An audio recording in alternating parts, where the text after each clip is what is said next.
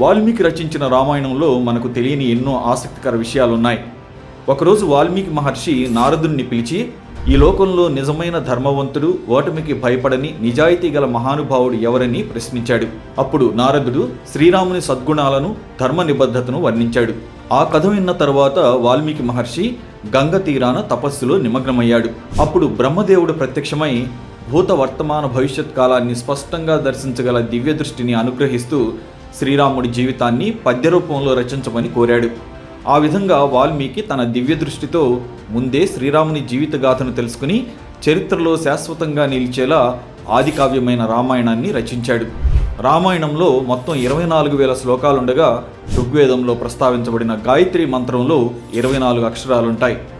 ఎందుకంటే రామాయణంలోని ప్రతి 1000 శ్లోకాల తర్వాత వచ్చే మొదటి అక్షరం నుండి ఈ గాయత్రి మంత్రం ఏర్పడుతుంది.